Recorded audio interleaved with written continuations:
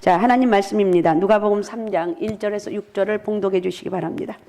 디베르 황제가 통치한 지 15해 곧 본디오 빌라도가 유대의 총독으로 헤롯이 갈릴리의 분봉왕으로 그 동생 빌립이 이두레와 드라고니 지방의 분봉왕으로 루사니아가 아빌레네의 분봉왕으로 안나스와 가야바가 대제사장으로 있을 때에 하나님의 말씀이 빈들에서 사가랴의 아들 요한에게 임한지라.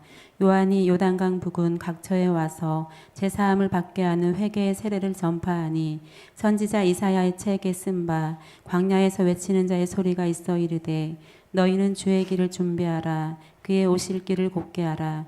모든 골짜기가 메워지고 모든 산과 작은 산이 낮아지고 굽은 것이 곧아지고 험한 길이 평탄하여질 것이요 모든 육체가 하나님의 구원하심을 보리라 함과 같으니라. 아멘. 자, 오늘은 주의 길을 준비하라입니다. 2024년도 이제 오늘 보니까 9일 남았네요. 교회력으로는 말씀이 육신이 되어서 오신 예수님을 기다리는 대강절을 보내고 있고 오늘은 네 번째 주일입니다. 네 번째 주일하면 이제 성탄절이 가까워져. 대강절은 모든 교회와 성도들이 예수님의 탄생을 함께 축하하고 감사하면서 다시 오실 예수님을 바라보고 기다리는 그런 시간들이 바로 대강절입니다. 저희 여러분 모두에게 즐거운 성탄절이 되었으면 좋겠습니다. 지금부터 오늘부터 즐거운 성탄절 되시고 쭉 즐거운 여러분의 인생이 되시기 바랍니다. 이럴 때는 아멘을 크게 하면 얼마나 은혜가 되겠어요. 왜 그러냐면 아멘은 나도 그렇게 될 줄로 믿습니다. 그러니까 정신을 바짝 차리고 있다가 길을 쫑긋 세우고 있다가 아멘! 좀 이럴 땐 싸납게 해야 돼요. 보통 때는 조신하고 얌전하고 괜찮아요. 근데 하나님 앞에 말씀을 듣다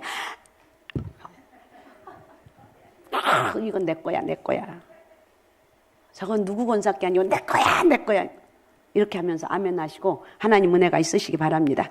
자, 예수님의 탄생, 즉 성탄절은 자연 발생적인 한 아기의 출생이 아니라 요한복음 1장 14절에 나오는 말씀처럼 자, 요한복음 1장 14절 읽어주시기 바랍니다.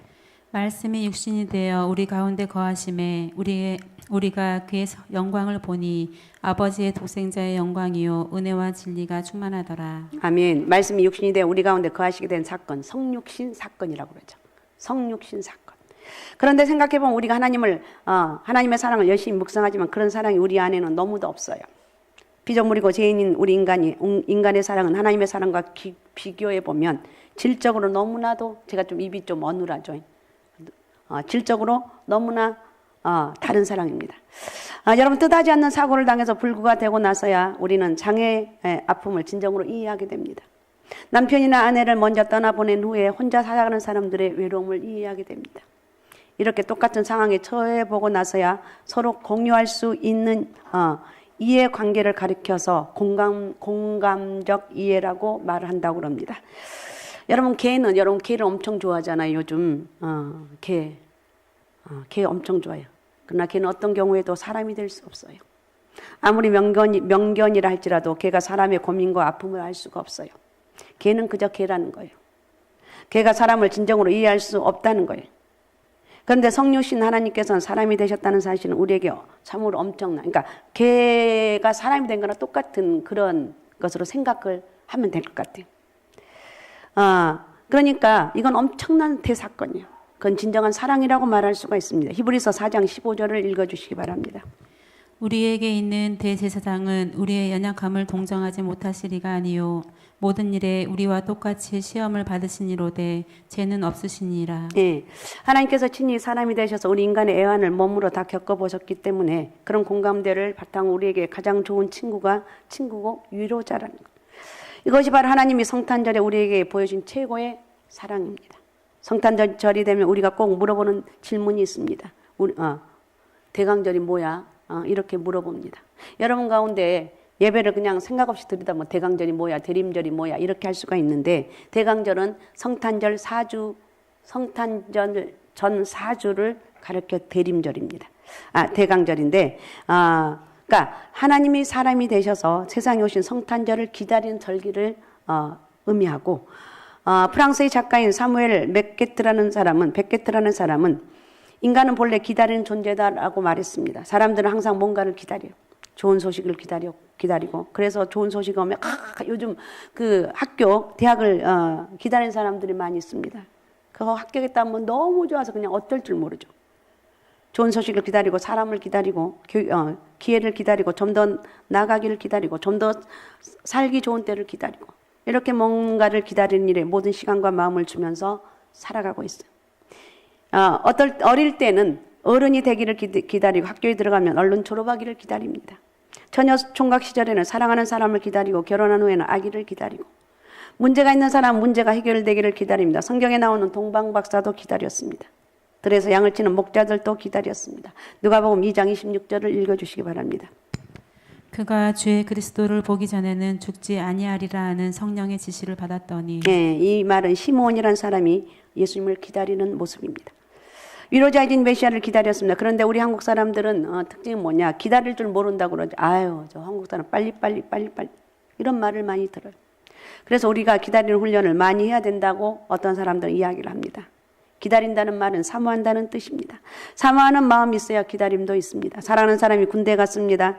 그러면 서로를 애타게 기다리는 거예요. 이런 기다림이 있다는 것이 서로에게 좋은 거예요. 기다림이 없는 사람은 불행한 사람입니다. 기다림이 없는 사람이 더 쉽게 절망을 합니다. 선민인 이스라엘 백성들도 장차 오실 메시아를 기다렸습니다. 지금은 좀 고생이 되고 시련이 있다 할지라도 장래에 대한 확실한 보장을 받고서 살아가는 것이 바로 행복한 삶이에요. 기다리는데 그냥 기다리는 것이 아닙니다. 준비하면서 기다려야 돼. 준비하면서. 이 말이 준비하면서. 지금 우리가 이미 오신 예수님만 기다리는 것이 아니라 다시 오실 예수님도 기다릴 줄 알아야 돼. 우리는 다시 오실 재림하실 그 주님을 기다리고 있습니다. 그때 인자의 징조가 하늘에서 보이겠고 그때 땅의 모든 족속들이 통곡하며 그들의 인자가 구름을 타고 걷는 능력과 큰 영광으로 오는 것을 보리라고 그랬어요. 우리가 다시 오실 예수님을 만나지 못한다면 참으로 불쌍한 사람이 되고 말 거예요. 여러분 우리는 준비를 잘해야 돼요. 제가 이번 주간에 묵상을 하면서 내가 어쩌다 예수 믿어서 은혜지. 아까 우리 찬양하신 은혜 이게 참 마음이 감동이 되잖아요. 제가 이번 주간에 어쩌다 너 예수 믿었냐? 은혜지. 누군가 나를 전도한 사람이 있었고 그 사람이 나를 위해서 얼마나 금식하며 전도했는데 어쩌면 그 사람을 어떻게 그 사람을 만나서 은혜지. 다른 길이 없다. 어떻든 우리는 하나님 은혜로 우리는 이렇게 예수 믿었다는 거예요. 그래서 우리는 준비를 잘해야 하는데 예복 준비를 잘하라는 거예요. 그러니까 예수를 믿고 난 후에 어떤 삶을 살았냐 이게 중요하다는 거예요. 혼인잔치 비유에도 보면 임금이 예복을 입지 않는 한 사람을 보고 이르되 친구여 어째서 예복을 입지 않고 들어왔느냐. 그 아무 말도 못하니까 임금이 사원들에게 말합니다. 그 손발을 묶어 바깥 어두운 데 내던지라. 거기서 슬피 울며 이를 갈게 되리라 그렇게 말합니다. 기름을 준비했던 슬기로운 5 처녀들은 아무 문제도 없이 신랑을 떳떳하게 맞이하게 되었습니다. 말세 우리 성도들도 기름 준비해야 되겠죠. 영적으로 지혜로운 사람도 예수님을 잘 준비하고 기다립니다. 그날을 기다리는 것이 아니라 오실 그분을 기다리는 것. 그리고 기다리던 그분이 실제로 오셨습니다. 그렇게 약속대로 이 땅에 오신 그분이 바로 예수 그리스도라는 거예요. 그리고 예수님이 오신 그날이 바로 성탄절. 이제 돌아오는 수요일이 성탄절입니다. 성탄절 준비하느라고 그냥 난리가 났어요. 여러분 성탄절 날 10시, 12시 예배도 오시고 저녁 5시에 또 성탄절 발표됐는데 모든 기관들이 얼마나 열심으로 특심으로 준비하는데 이게 은혜죠. 그래요 안 그래요? 제가 어릴 적에 성탄절 보면 어른들은 별로 안 참석한 것 같아요. 애들만 그냥 애들 잔치 그냥 몇 개 하다가 말고 그랬는데 우리 교회는 안 그래요. 온 성도들이 와서 뭐 다 오는 건 아니지만 축하하고 준비하고 이게 하나님 은혜가 아니겠습니까? 그래서 우리는 그분을 기다리는 마음으로 성탄절을 준비하고 또 발표도 합니다. 약속대로 그분이 다시 오시면 새하늘과 새 땅이 열리게 되고 그곳에서 우리가 예수님과 함께 영원히 살게 됩니다. 6절 한번 읽어주시기 바랍니다. 모든 육체가 하나님의 구원하심을 보리라 함과 같으니라. 예. 우리의 가장 중요한 기다림은 모든 육체가 하나님의 구원하심을 보리라 이렇게 말하고 있어요. 구원하심. 모든 사람들이 기다림이 바로 가장 궁극적인 목적이 구원하심이에요. 오늘 본문 하나님이 약속하신 내용이 무엇이고 그것이 우리에게 어떻게 이루어졌는가, 또 이스라엘 백성들이 메시아를 기다렸을 뿐만 아니라 모든 사람들이 기다려야 할 그분이 누구고 또 어떻게 기다려야 되는가를 오늘 본문이 우리에게 말씀해 주고 있습니다. 우리는 먼저 세상적인 기다림이 돼서는 안 된다는 거예요. 1절 한번 읽어주시기 바랍니다. 디베르 황제가 통치한 지 15해 곧 본디오 빌라도가 유대의 총독으로 헤롯이 갈릴리의 분봉왕으로 그 동생 빌립이 이두레와 드라곤 지방의 분봉왕으로 루사니아가 아빌레네의 분봉왕으로. 예. 오늘 본문에 보면 시대적 배경이라 할 수 있는 정치적 인물들이 쭉 소개되고 있습니다. 뭐 가이샤, 본디오 빌라도, 헤롯, 빌립, 뭐 이두레, 드라곤의 루사니아. 당대 아주 쟁쟁한 사람들의 이름이 나옵니다. 이들은 당시의 권력의 중심부에 서 있던 사람들입니다. 하지만 하나님은 그런 사람들에게 전혀 관심이 없었어요. 사람들은 권력을 대단하게 중요하게 여기죠. 권력을 잡기 위해서 수단과 방법을 가리지 않습니다. 권력만 잡으면 어떻게 해서라도 그 힘을 행사하려고 합니다. 대통령이 되고 국회의원이 되면 마치 자기 세상인 것처럼 군림하려고 합니다. 하지만 오늘 본문을 통해서 우리가 확실하게 알아야 될 것이 있다면 그것은 마음에 하나님이 없는 그런 권력자들에게 하나님은 전혀 관심을 주지 않는다는 사실이에요. 2절에 보면 종교적으로 권력을 가진 사람들의 이름이 나옵니다. 2절 한번 읽어주시기 바랍니다. 안나스와 가야바가 대제사장으로 있을 때에 하나님의 말씀이 빈들에서 사가랴의 아들 요한에게 임한지라. 네, 유대 나라에서 대제사장은 식민지하에서 총독 다음으로 정치, 경제, 사회, 문화 전체를 아우르는 통치권자입니다. 하지만 하나님의 관심은 그들에게 있지 않았어요. 하나님 말씀이 누구에게 임했습니까? 정치적으로 힘이 있고 종교적으로 힘이 있는 사람들은 다 제쳐주고 오랫동안 광야에서 지낸 세례 요한에게 임했습니다. 왜 하나님 말씀이 광야에 가는 세례 요한에 임했을까요? 그것은 바로 세례 요한은 겸손한 사람. 나를 십자가에 내려놓는 사람들이 하나님 임하시고 말씀하시고 역사하시기 때문에 그렇습니다. 그래서 우리의 기다림은 세상적인 기다림이 되어서는 절대 안 된다는 말씀을 오늘 성경이 우리에게 해주고 싶은 말씀입니다. 자, 그래서 우리는 오늘 말씀을 세 가지로 살펴보면 우리도 세례 요한처럼 빈들에서 하나님을 만나야 된다는 거예요. 2절에 보면 하나님 말씀 빈들에 사가랴 아들 요한에게 임했다고 말하고 있습니다. 하나님 말씀이 권력의 중심부에 임한 것이 아니라 성전이나 제사장들에게 임한 것이 아니라 광야 빈들에 살고는 세례 요한에게 임했습니다. 빈들은 세상의 한복판이 아니고 사람들이 버리고 떠난 자리, 외롭고 고독한 자리, 복잡하고 수선한 자리가 아니고 사람들이 많이 모여있는 장소도 아니고 물질에 대한 기대감도 없고 부패와의 결탁도 없는 것, 화려함이 없고 권력도 난무하고 아부하고 아첨하는 사람이 없는 것, 사람들의 박수 갈채도 없는 그런 곳에 살고 있는 세례 요한에게 하나님 말씀이 임했습니다. 그러니까 여러분 어쩔 때는 외롭고 문제가 있으면 고통스러운데 그건 하나님이 나에게 좀 생각하라고, 그 고난을 통해서 넌 하나님 은혜가 없이는 살 수 없다는 것을 생각하라고 나에게 어려움을 줬다고 이해해도 틀린 게 아니에요. 모세가 미디안 광야에서 하나님을 만납니다. 바울이 아라비아 사막에서 하나님을 만납니다. 또 빈들에 살고 있는 요한에게 하나님 말씀이 임했다고 말하고 있습니다. 이것이 오늘날 우리도 마찬가지. 조용한 빈들이 바로 하나님을 만나는 장소고 하나님의 음성을 들을 수 있는 은혜의 자림을 분명하게 믿으시기 바랍니다. 난 잘난 척할 이유가 없어요. 나는 그냥 부족하면 부족한 대로, 연약하면 연약한 대로 그렇게 사는 거예요. 톡톡 튈 필요가 없어요. 가난한 마음, 겸손한 마음에게 하나님 은혜가 임한다는 거예요. 사실 세례 요한은 제사장의 직무를 감당할 수 있는 나이여서 굳이 광야가 아니어도 있을 곳이 많았어요. 그러나 영적으로 황폐한 시대에 광야는 하나님 만나기 가장 적합한 장소라는 거예요. 하나님 원하시면 그것이 비록 광야라고 할지라도 순종하며 나아가는 사람들을 하나님은 지금도 찾고 계신다는 거예요. 세례 요한이 외쳤던 메시지가 무엇입니까? 4절 말씀 읽어주시기 바랍니다. 선지자 이사야의 책에 쓴 바 광야에서 외치는 자의 소리가 있어 이르되 너희는 주의 길을 준비하라 그의 오실 길을 곱게 하라. 네, 이 말씀은 굉장히 상징적인 말씀인데 예수님이 오실 때 황금마차를 타고 오시는 것이 아니고 뭐 도로를 4차선, 8차선 넓히라고 말씀하신 것도 아니고 이것은 어디까지 우리에게 비유로 주신 말씀입니다. 여기서 말씀하고 있는 건 마음의 길을 의미하고 있어요. 너희에게 주님이 곧 오실 것이니 너희는 너희들의 마음의 문제를, 너희의 마음을 준비하라는 것. 닫혀져 있는 마음의 문을 열고 주님을 맞을 준비를 해라. 만왕의 왕께서 오실 그 길로 오실 것이다. 우리에게 말씀하고 있어요. 옛날에는 왕이 어떤 것을 행차할 때 왕이 먼저 가는 것이 아니라 선발대가 먼저 가서 왕이 행차할 수 있도록 만반의 준비를 합니다. 길을 넓히고 강에 다리를 놓고 환영할 인파들을 준비하고 그런 다음에 왕이 환영을 받으면서 갈 수 있게 하는 게 선발대가 하는 역할이죠. 그래서 우리도 예수님 만나기 위해서 먼저 마음의 준비를 해야 됩니다. 너희는 주의 길을 준비하라. 그의 오실 길을 곱게 하라 그랬어요. 하지만 그렇게 하는 것이 결코 쉬운 일은 아닙니다. 그렇게 하는 데 있어서 많은 희생과 고통이 따르기 때문에. 그러나 그 고통 이후에 하나님이 받을 축복은 말할 수 없이 무궁무진하게 많다는 것. 하나님을 준비하고 믿음으로 살아가는 그런 영적 은혜가 있으시기 바랍니다. 자, 그 다음에 두 번째, 우리의 마음을 새롭게 하면서 기다리라는 거예요. 오늘 말씀을 보면 길을 내는 방법에 대해서 설명해 주고 있는데 5절 한번 읽어주시기 바랍니다. 모든 골짜기가 메워지고 모든 산과 작은 산이 낮아지고 굽은 것이 곧아지고 험한 길이 평탄하여질 것이요. 예, 먼저 모든 골짜기를 메우라고 말하고 있어요. 깊이 파여있는 몽덩이나 골짜기를 메워야 그러니까 주님을 만날 수 있는 비결이라고 생각하면 됩니다. 근데 여기서 골짜기는 절망과 불신의 골을 상징하고 있어요. 그런 골들을 메워야지 우리 마음이 다시 회복될 수가 있습니다. 불신앙으로 꽉 차 있는 마음을 신앙으로 꽉 채워야 우리가 예수님을 영접할 수 있다는 거예요. 모든 골짜기를 메우라고 하는 말씀, 우리 안에 감춰져 있는 세상적인 욕망, 불의한 욕심을 찾아내어 다 버리라는 거예요. 그런 것들이 해결되지 않는 상태에서는 예수님을 우리 마음에 모셔드릴 수가 없어요.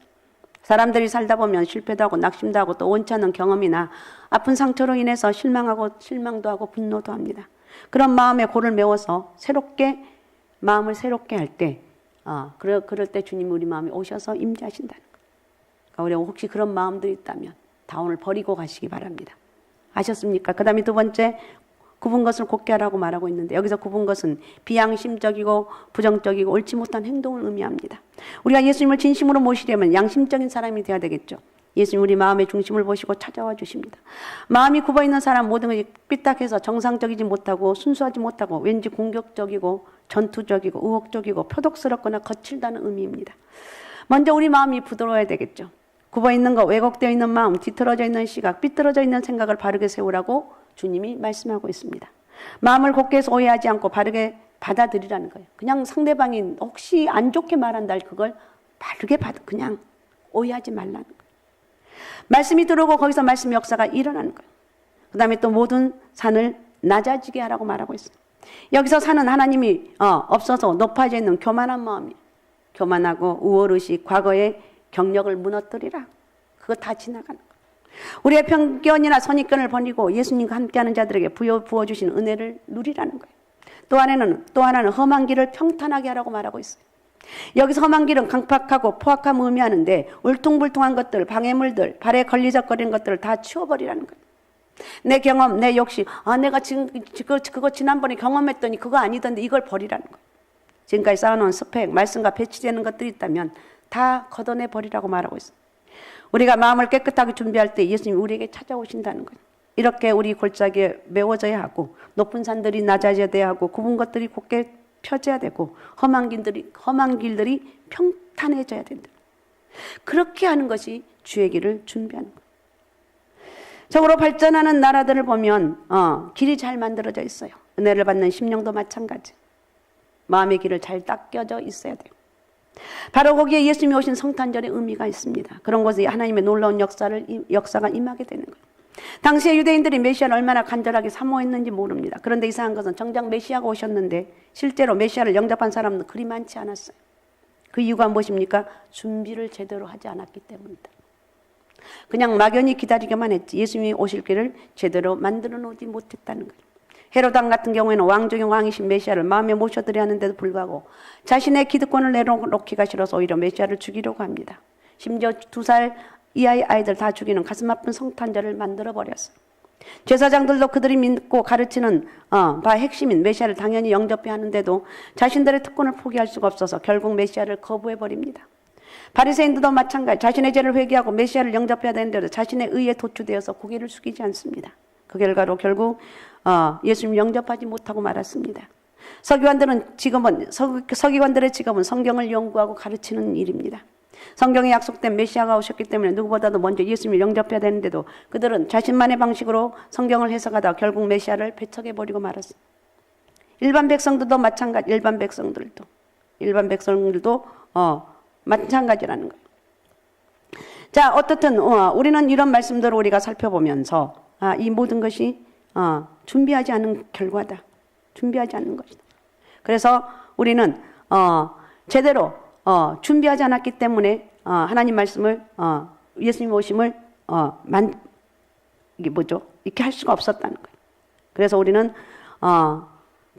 마음의 골짜기를 메우고 높아져 있는 마음을 낮추고 굽어 있는 마음을 펴고 마음의 거친 부분들을 부드럽게 만들 수 있어야 됩니다. 그렇게 하기 위해서 우리에게 뭐가 필요한가? 회개가 필요해요. 회개. 3절 다시 한번 읽어주시기 바랍니다. 3절. 요한이 요단강 부근 각처에 와서 제사함을 받게 하는 회개의 세례를 전파하니. 예. 여기서 회개는 우리의 마음이 변화되는 것과 깊은 관련이 있습니다. 회개는 망가진 도를 다시 재포정하는 것과 같아요. 우리가 아무리 무서운 심판과 고난을 당해도 언제나 우리에게 새로운 기회가 주어집니다. 그 기회가 바로 회개를 통해서 우리에게 줘. 회개. 그러므로 회개하라. 이 하는 말씀이 가장 듣기 싫은 말일 수도 있지만 우리를 축복을 선도하는 가장 아름다운 말이라는 거예요.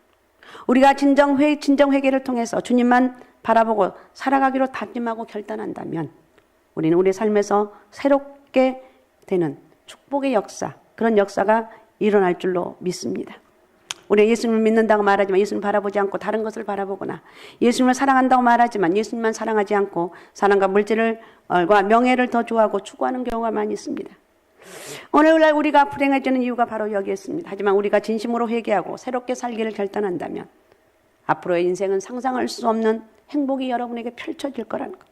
회개를 통해서 마음의 길을 잘 닦아서 예수님을 다시 만날 때까지 기쁨으로 기다리는 우리 성도가 되어야 될 줄로 믿습니다. 할렐루야. 오늘 다른 건 다 잊어보다 회개하며 주님을 기다리자. 믿음으로 겸손하게 기다리자. 오직 예수, 오직 믿음, 오직 성령 충만함으로 막연히 기다리는 것이 아니라 준비하면서 기다리는 거예요.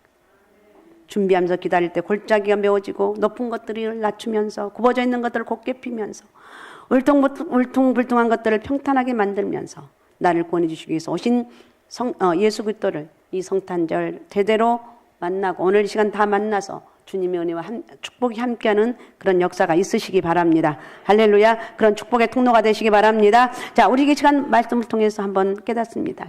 같이 기도하겠습니다. 하나님, 나에게 오늘 다시 주님을 만날 메시아인 예수 그리스도를 내가 기다립니다. 정말 오늘 예배드리면서 주님을 나는 정말 기다립니다. 난 정말 주님을 기다리거든요. 내 마음에 회개의 마음을 허락해 주시고 예수 그리스도를 정말 기쁨으로 내 마음속에 고다져 있는 굳은 마음들, 이런 연약한 마음들이 있다면 회개의 은혜가 있게 도와주옵소서. 성령의 역사가 크게 임하는 축복의 은혜가 있길 원합니다. 모든 골짜기가 메워지고 모든 작은 산과 작은 산이 낮아지고 굽은 것이 고다지고 험한 길이 평탄해지는 그런 은혜가 회개를 통해서 이루어지길 원합니다. 우리 하나님 영광 받아 주옵소서. 자, 우리 주여 세 번 부르고 우리 같이 통성으로 같이 기도하겠습니다. 주여, 주여, 주여. 전능하시고 살아 역사하신 아버지 하나님, 돌아온 주일 아버지 수요일 날은 아버지 하나님, 또 성탄절이 있는 아버지 하나님 날입니다. 성탄하신 예수 그리스도를 아버지 하나님 우리가 기다리면서 대림절 오늘 네 번째 주일을 여기까지 인도하신 아버지 고맙습니다. 아버지 하나님이여, 오늘도 외치는 사이에 소리가 있고 너희는 주기를 준비하라고 말씀하신 아버지 하나님, 모든 골짜기가 주님을 만나면 메워지고 모든 산과 작은 산이 낮아지고 굳은 것이 고다지고 험한 길이 평탄해질 거라고 말씀하고 있습니다. 오늘도 아버지 하나님이여, 이런 놀라운 은혜가 저희 가운데 있길 원합니다. 성령 하나님, 오늘도 저희를 마음껏 축복하여 주시고 하나님 은혜 안에 거하길 원합니다. 아버지 약속하신 말씀들이 이루어지는 축복의 통로가 되게 도와주옵소서.